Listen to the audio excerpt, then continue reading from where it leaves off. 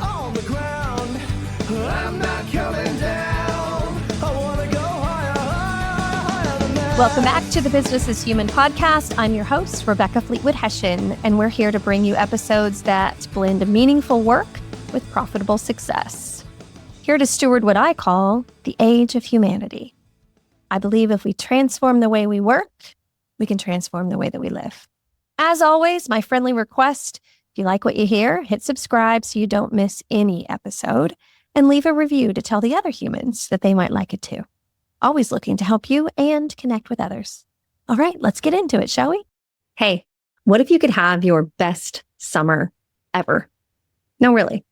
I have built a 90-day reset to help you build a bridge from where you are now to where you truly want to be by helping you navigate uncertainty, learn about your nervous system, get a complete inventory of your unique gifts and talents so that you can use them in a meaningful way. Listen, I've thought of it all, and we can use this summer to do it.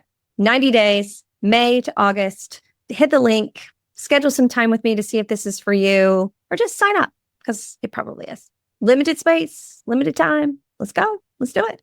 Welcome back.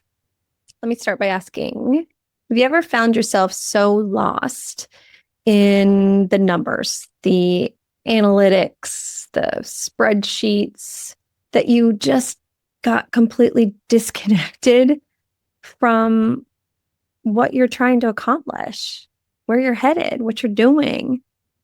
Well, today we're going to explore why getting stuck in data can mean losing touch with your future or the future of the organization.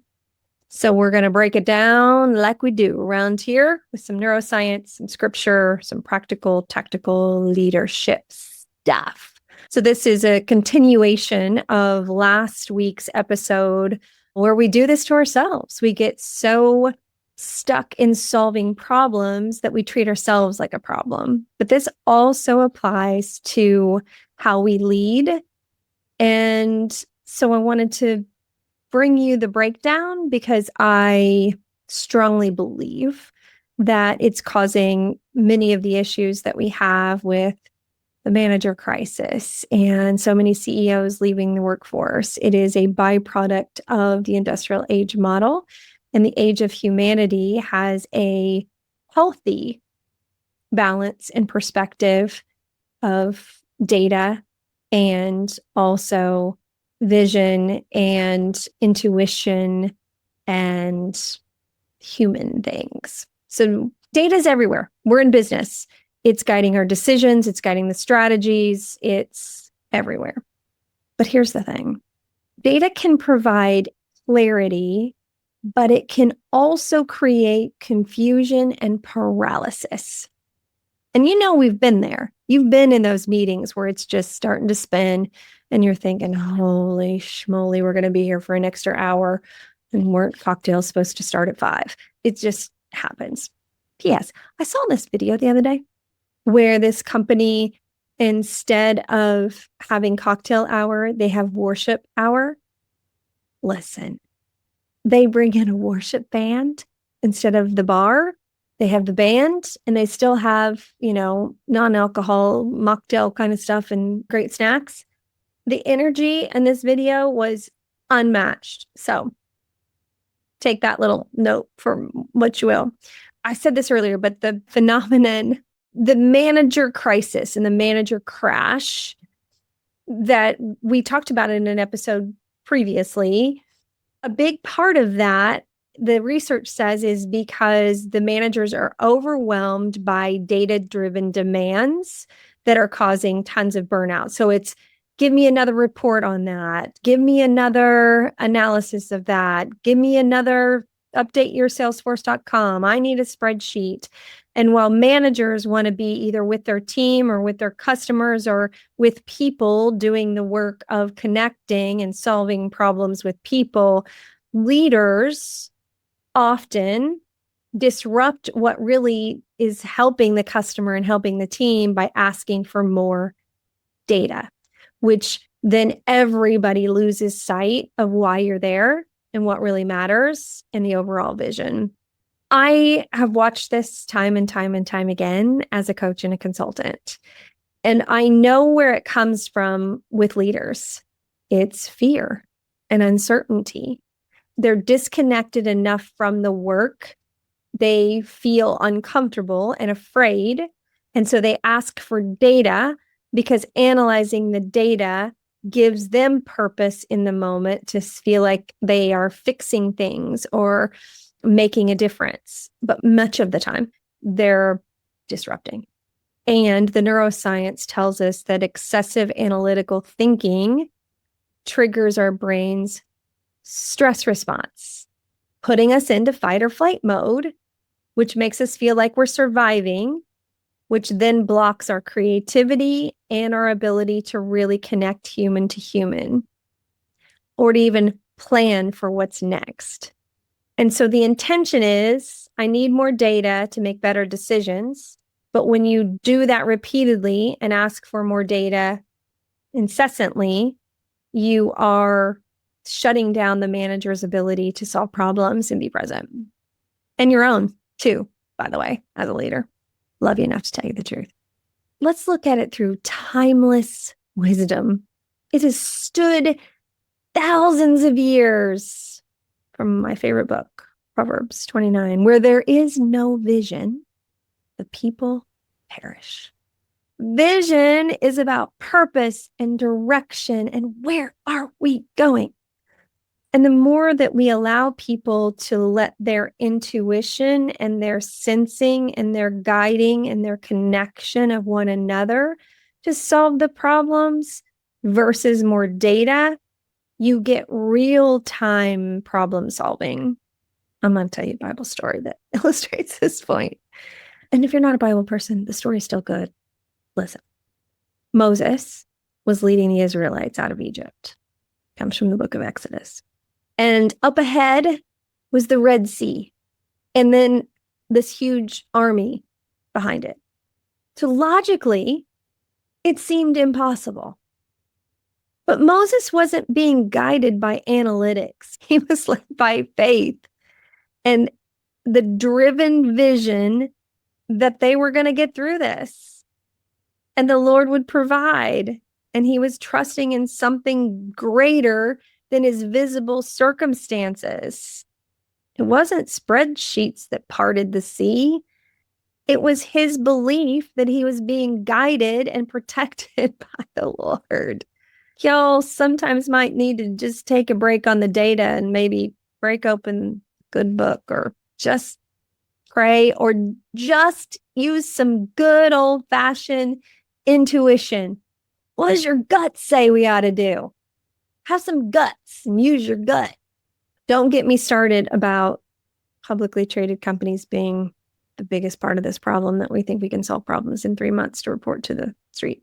So the neuroscience of balancing analysis with intuition, guts. This is what's already wired inside our heads, our soul. Our brains are beautifully designed with two distinct hemispheres. The left hemisphere loves data. It's logical. It's analytical. Loves some details. But the right hemisphere, it's intuitive. It's visionary. It sees the big picture. We need both. So the most effective leaders don't just stay stuck in one side or the other. They integrate both. Data informs decisions, but intuition and empathy propel innovation and build meaningful connections with others. The balance is crucial. So I want to pause here on this piece too, because too often, and I've experienced it personally with a multitude of leaders, so this is true, whichever side of the brain that you are more gifted in, biased towards, if we're not careful and don't understand that there needs to be a balanced perspective, we can judge others for seeing the world differently. So if you're a very data-driven person, that's your side of the brain that is the most on fire gifted. If you're not careful, you can look at the visionary, intuitive leader and think they're a quack. think they don't know what they're doing, think that they're incapable, and vice versa. If you're the visionary leader and you don't have a healthy respect for data, you can get off the rails. And so being able to come together in complementary ways is what great leadership does, because the balance is crucial. Here's a vital perspective on this. Data only captures what's already happened. Intuition is linked to the future.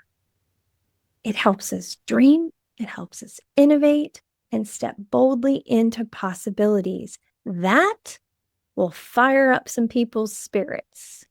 We walk by faith, not by sight. Data is valuable, but faith and intuition connects us to God's wisdom and spiritual discernment, which extends beyond measurable results. There's all kinds of supernatural solutions to problems that are available to us that we're not tapping into because we're downloading another spreadsheet and then we go home exhausted and stop caring. Here are some reflection questions that you can take with you this week. Where might you be over-relying on data in your leadership or personal decisions? Number 2, how might your decisions change if you tapped more intentionally into your intuition and your faith-driven vision? Do you have a vision? That might be a place to start. And how can you consciously balance your analytical mind with your intuitive insights? So, action plans. Shall we have some action plans? Practical ways to put this into action. Schedule regular reflection and prayerful meditation to invite God's insight into your decision-making. Prayer is not just for Sunday. It's for every single decision, every single day. I pray about all my business decisions now. I didn't always, but I'm going to tell you, things have gotten a lot better since I have. Next practical action plan, introduce intuitive thinking exercises into team meetings, such as brainstorming, without immediate judgment. If you ask people to brainstorm, and then every time somebody puts something on the flip chart, you say why that's not going to work or why you've already tried it. Oh, for the love of everything holy. The number of times I've given the death stare across the table to a leader that I was working with, I was like, stop doing that. Because then you just shut down the brainstorming and they're no longer tapping into their intuition. Now they're asking themselves if they're getting the right or the wrong answer because you've introduced judgment to the meeting. And judgment wasn't invited. It's party crasher. We don't invite judgment into the brainstorming session. It goes down the hall and does something else.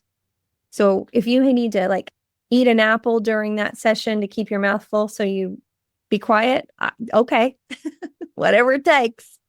Here's another one. Periodically step away from data, reconnecting with your broader vision and mission. So if you are in a situation where you're getting asked for data constantly, this happens a lot, the chances are high that it's because the leader is afraid you're not going to hit the goal. And their body language may not look like fear because everybody shows up differently with their emotions. It may look like ego and command and control, but a lot of narcissistic ego, command and control behavior is rooted in fear.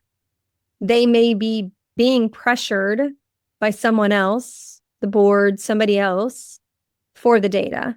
So even though they don't want to do it, they're being pressured by somebody else to do it. So the more that you can be proactive with general updates that you create a rhythm for, so that you're not being disrupted constantly when people ask for data, just decide proactively that you're going to give a weekly update or a monthly update or whatever it is that's designed to give people the assuredness that you know where you are and you have a plan. And if you need their help, ask for it. But the more you can proactively give updates that settle the fear and uncertainty in people's brains and nervous systems, they're less likely to come and ask you randomly on a Tuesday at 2:00 to stop everything you're doing for a report. So it's good to stay on top of the data yourself proactively. It's also really, really good for you to step outside in the middle of the day, maybe a couple of times a day, and get aligned with nature so that your nervous system knows you're a human, and remind yourself why you do what you do, who your work is for, like literally your company. Who do you serve? Think about the humans that your product or service serves. Who's it for? Why does it matter? Where are you going? And when you do that, you reconnect to what really matters and get into that state of connection and intuition and creative problem solving. Or at least you get into that state of, I'm doing it for the humans. I'm not just responding to another spreadsheet request, which is not all that inspiring for most. So do what you got to do to stay connected to what matters. Because great leadership isn't just about the power of numbers. It's not just about money or being fast or first.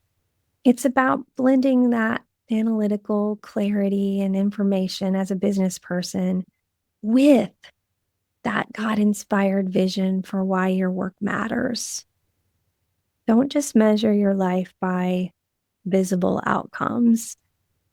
Measure it by what you believe God can achieve if you invite him into the mix. I'm telling you, it's a game changer.